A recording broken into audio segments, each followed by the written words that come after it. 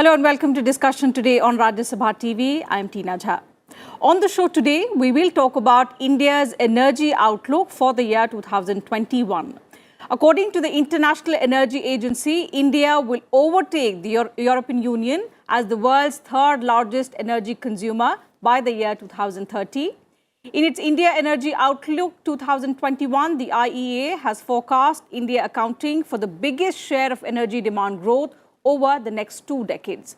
It also sees primary energy consumption almost doubling to 1,123 million tons of oil equivalent as the GDP expands to $8.6 trillion by 2040. At present, India is the fourth largest global energy consumer behind China, the United States and the European Union. So on this edition of discussion today, we will try and understand from experts the opportunities and the challenges ahead for India as the country seeks to ensure reliable, affordable and sustainable energy to its vast population. For this, we are joined by two special guests on the program. Let me introduce them to you. We have with us Ms. Prachi Gupta. She is Consultant Energy Niti Aayog, and Mr. Piyush Mohit, Founder and Chief Operating Officer, O2 Power and member, CII National Committee on Renewable Energy Council.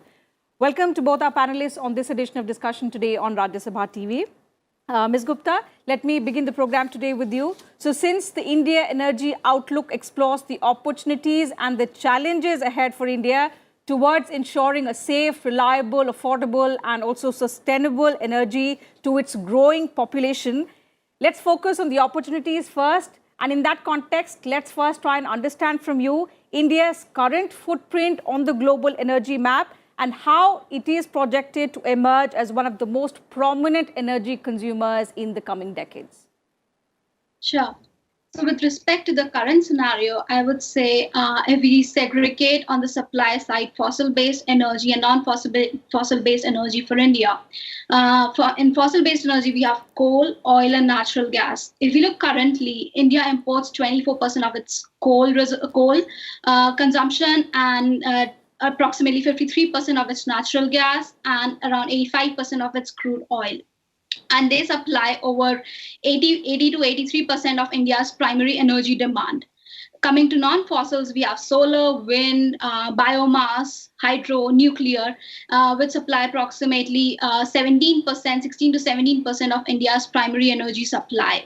Mm-hmm. So going forward, the government has set ambitious targets to in line with India's NDC commitments to reduce the consumption of fossil fuels and increase the renewables installed capacity, non-fossil based installed capacity by 40% by 2030. So, which includes 450 gigawatt of renewables, and to cut coal imports, to cut crude oil imports, and make India a natural gas-based economy. 15% of its energy mix is supposed to be supplied by natural gas by 2030, which is currently 6.5%. So the current energy scenario, we primarily rely on fossil fuels, but given the government's impetus on moving to cleaner energy mix in the country, the government has been taking extensive measures for that. All right. So, what are these extensive measures that will help us reach the ambitious targets that we have set for ourselves is something that we'll talk about in the course of the program. But Mr. Mohit, let me also try and understand in the context of the India Energy Outlook, what, according to you, are the factors that are going to shape India's energy landscape in the coming decades, particularly if we talk about the coming 2 decades? Right. First of all, thanks a lot for inviting me over for this show, Tina.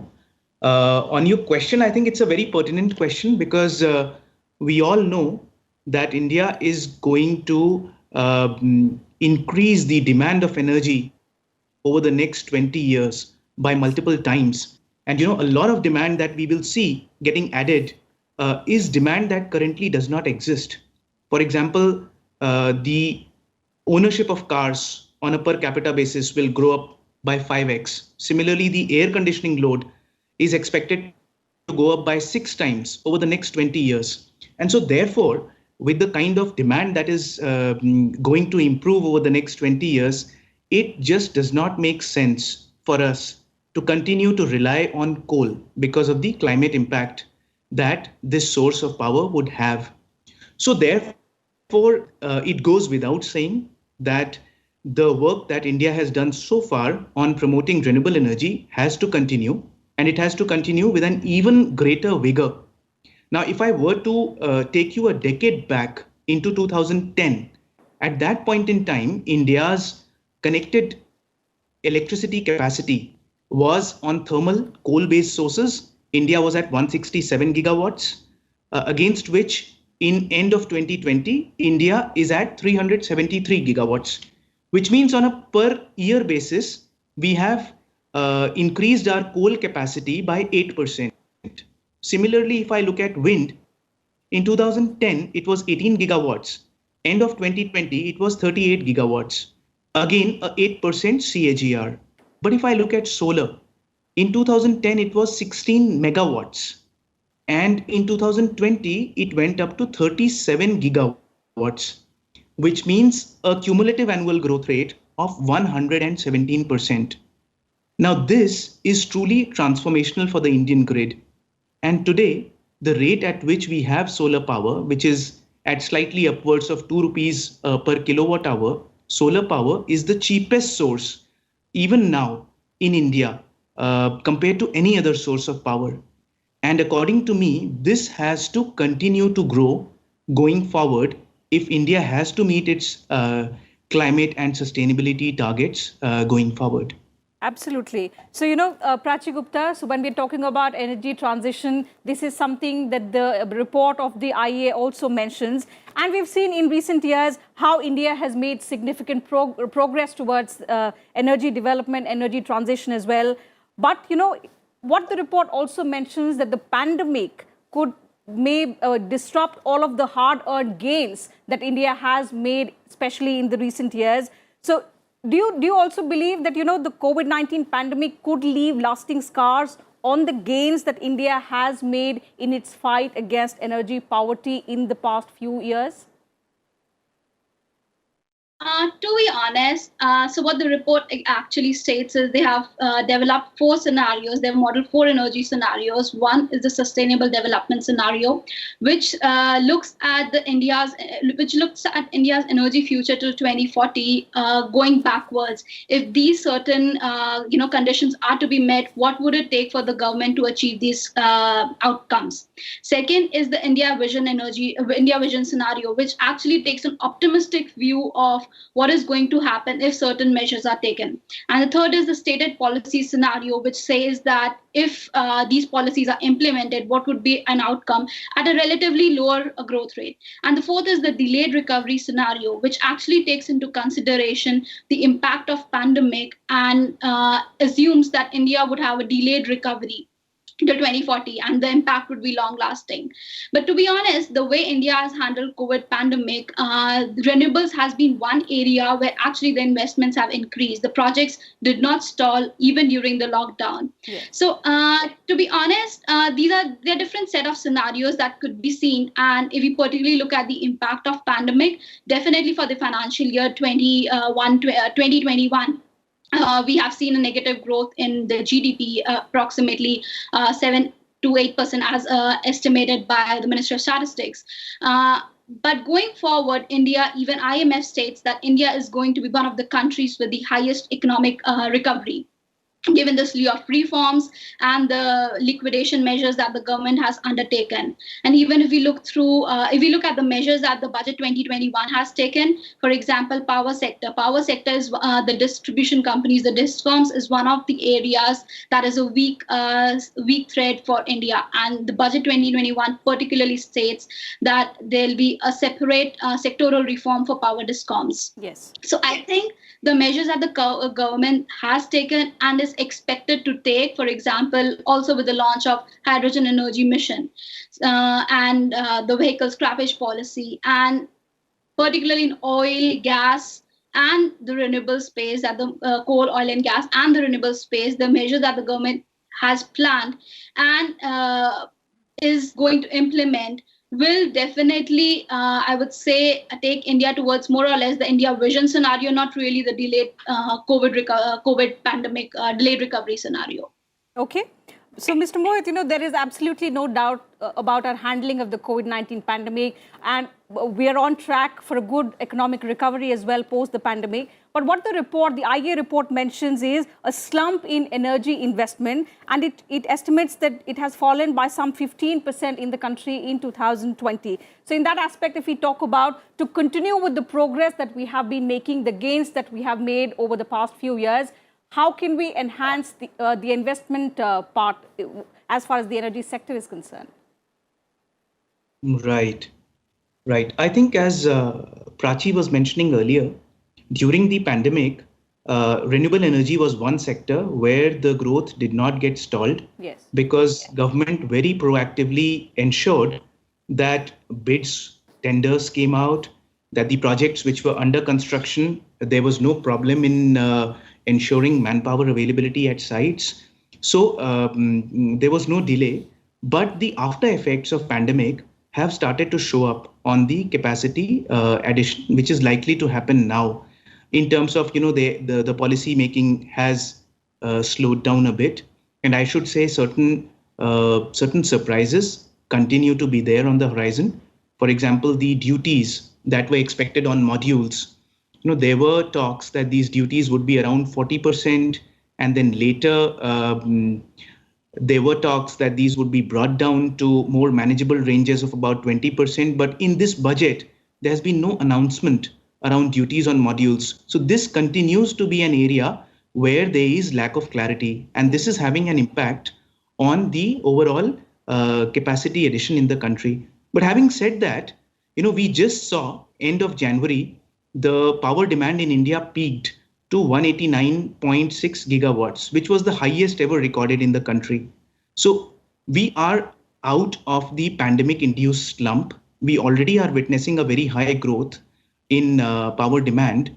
And so I think this is just a matter of time before all these policy issues get sorted out and India goes back on its trajectory of adding capacity at a fast rate.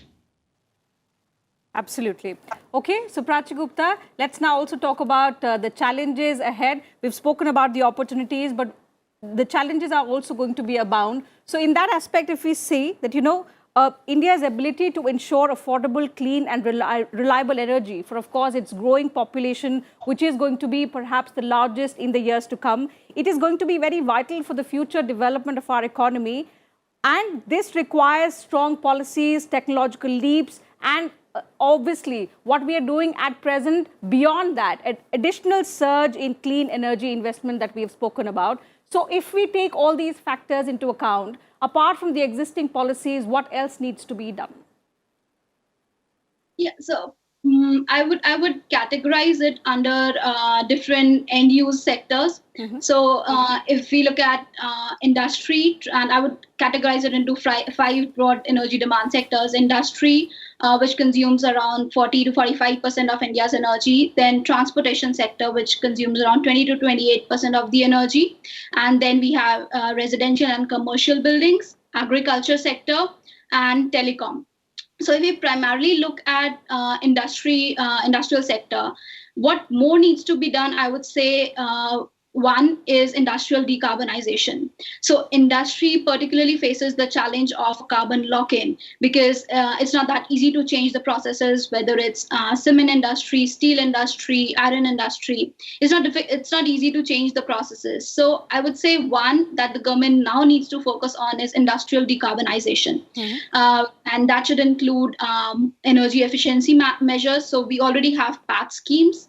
So the perform, achieve trade schemes, so that need to be expanded to further segments of the industries, including the MSME sector, which is currently not included. So electrification of MSMEs is one under particularly industrial decarbonization. Then the fuel switch from coal to natural gas, which is considered a cleaner fuel for the country.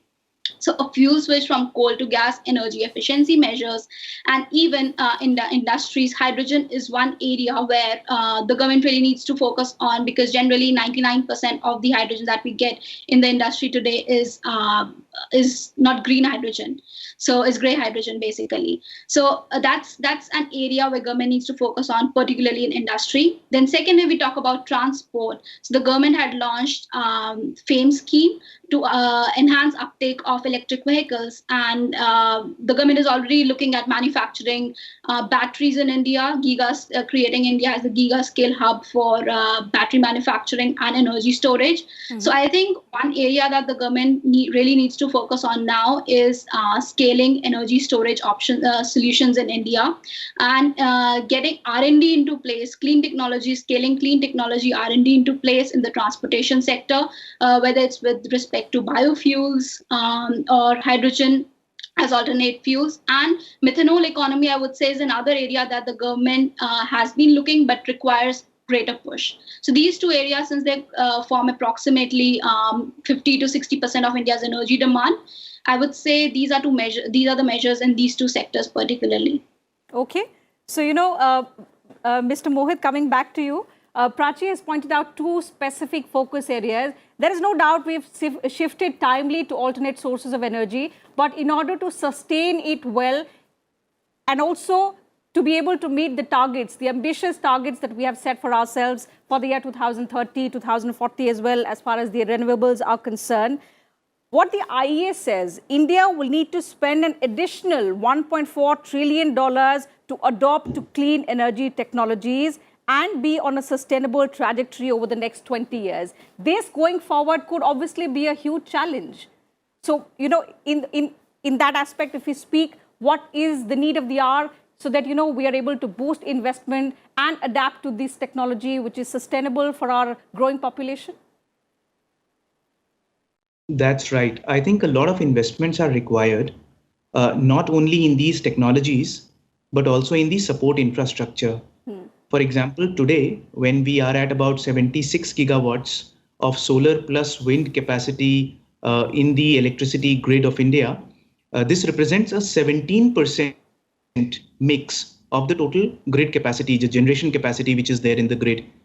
Now, as experience has shown for other countries also, once you look at a number which is 20%, 25% or higher, then it becomes imperative for the electricity grids to be made more flexible, which means that the load curve and the generation curve get to match each other through various measures, like, for example, ancillary services, like battery storage, which can actually shift the generation closer to demand peaks.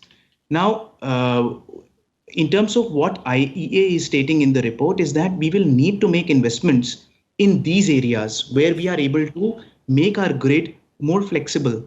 And I would say one of the things, of course, CERC is talking about introducing ancillary services, which will require investments.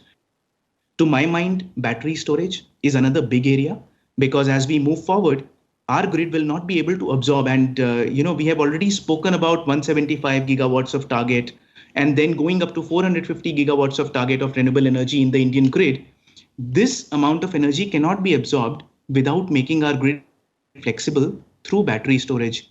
And I would say battery storage is a more evolved and a more commercially available technology currently, but the government of India has done very well to identify green hydrogen as an important source going forward, and the announcements that have been made in the budget. Because while battery storage makes grid flexible, green hydrogen, which is basically production of hydrogen from renewable energy sources, actually helps in areas which are in sectors which are very difficult to electrify. For example, aviation, shipping, where it becomes difficult to operate these on batteries. Yes. You need something which is closer to fuels to be able to operate them. Now, green hydrogen also plays a similar role as batteries, because when you have peaks coming in on solar or wind side and the grid cannot absorb those, then you can use those peaks to produce green hydrogen and use it in the logistics supply chain as fuel. So I think going forward, investments in both batteries, ancillary services, and also going forward green hydrogen is really important for our Indian grid to be able to manage the kind of renewable growth, the renewable capacity that we want to add to the grid. Absolutely. So the investment is something which is required, and huge investment. But where is this money going to come from? So I think if you look at the interest in the Indian electricity sector, particularly the renewable energy sector, interest is immense. Most of, whether you talk different sources of capital, whether it is private equity or it is pension funds, they are very keen on participating in India's energy growth story. I think this plus, as our banking system is also improving and the debt gap is likely to open soon. I think as long as there is policy certainty, we have had certain instances in the past where certain states have not been adhering to the policy norms. I think if government of India can make sure that the policy regime in the country continues to be favorable for investors, I really don't see a dearth of capital for all these investments that will be required in the Indian grid. A lot of that has been eased as well. Prachi Gupta, we've seen a lot of structural reforms as well, particularly if we speak about in the last few years. But going forward, to ease policy and to attract a lot of investment, because that is required if we want to do well in the energy sector. So where is the scope for easing these strict regulations as is required if we want inflow of money? I think there's a slew of measures that the government has taken. For example, the performance-linked incentive scheme to actually attract investments and to actually cater to investment at the right place where they need to be, rather than just everybody, getting a project sanctioned.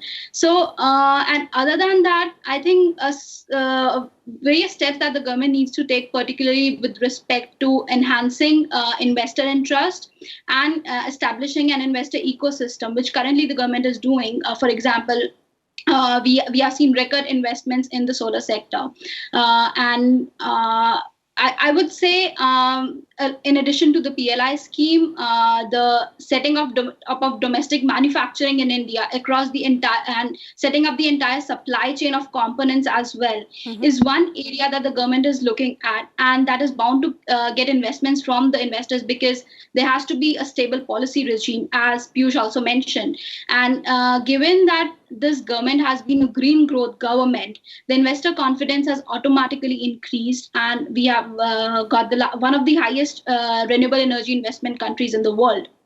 So I think the most critical element is getting that investor trust. Now that we have succeeded in that to a significant extent, the next step is to ease the regulations. For example, as Piyush also mentioned, with respect to custom duties, that has actually to an extent negatively impacted the domestic manufacturers, because right now we are importing 80% of our panels from China. Solar panels from China. So, and increasing the customs duty, while the intention behind it was to enhance domestic manufacturing, but I think it really needs to be looked into as to whether really India currently has the capacity and how to incentivize additional capacity creation. So, Piyush, the sector has huge potential, but at present, the need of the hour is to tap the potential correctly and, of course, in a sustainable way. So some suggestions, some inputs from you on what is the best way forward?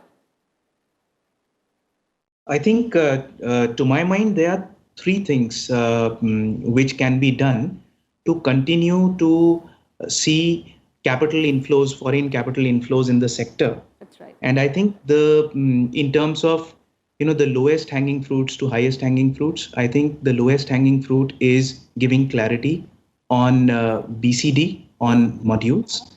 It could be lower, it could be higher. The fact is, industry will ultimately adjust to whatever the BCD quantum is.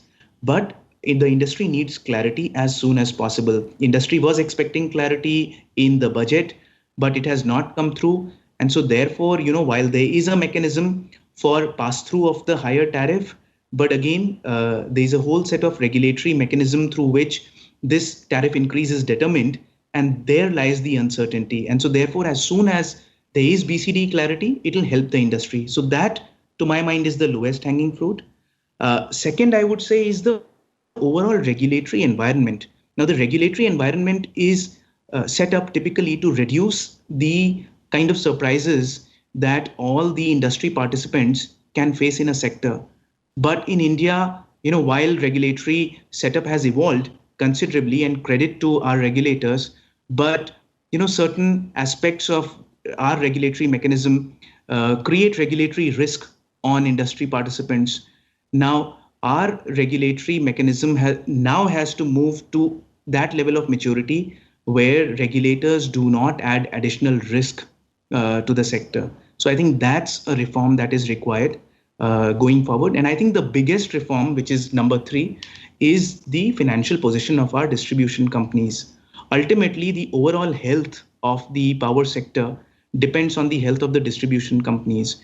We have been trying as a country to reduce aggregate technical and commercial losses for a while now. It's been about 3 decades. And there have been multiple schemes which have been announced by various governments, but they have only yielded limited results. And so therefore, I think the answer to distribution reforms lies in gradual privatization of distribution companies in India. And unless there's a sustained push to do that, it will be difficult to improve the overall financial position of this entire. This needs to be corrected. Prachi Gupta, one final question from you, and this relates to India's environmental commitments.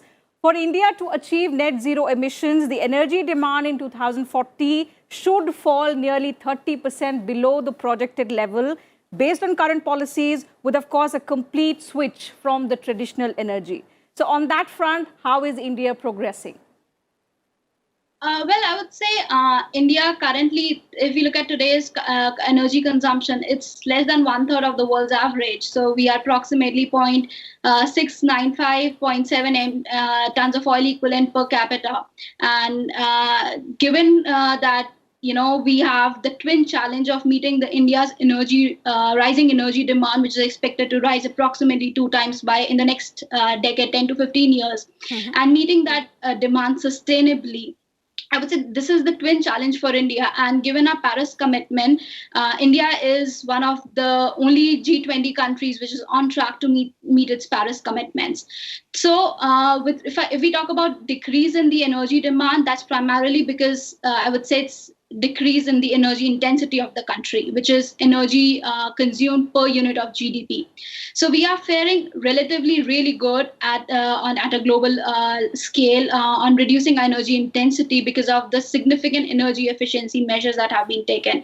So if the energy intensity decreases, that is because of the government's policies. The Bureau of Energy Efficiency has come up with significant energy efficiency reforms in buildings, in industries. So the challenge for India is to actually meet the rising energy demands sustainably, reliably, and affordably. And we are well placed at that. So thank you to both my guests for joining us on the program today and sharing your perspective with us and our viewers.